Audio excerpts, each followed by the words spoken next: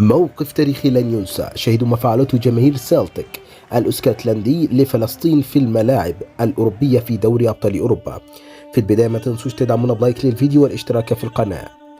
تحدث جماهير سيلتيك الاسكتلندي قرار الاتحاد الأوروبي لكرة القدم بمنع رفع علم فلسطين في الملاعب الأوروبية خلال مباريات دوري أبطال أوروبا، وقرر تحضير لافتة لدعم فلسطين قبل مواجهة فريقهم أمام أتلتيكو مدريد في الجولة السادسة من عمر دور المجموعات لدوري الأبطال، والتي انتهت بالتعادل الإيجابي 2-2. جماهير سيلتيك وصلت المساندة والدعم والمؤازرة للقضية الفلسطينية ضد ما يمارسه جيش الاحتلال الإسرائيلي في فلسطين خلال الأيام الماضية، لتثبت أنها ترفض ترك لقاء واحد دون دعم الفلسطينيين ضد العدوان.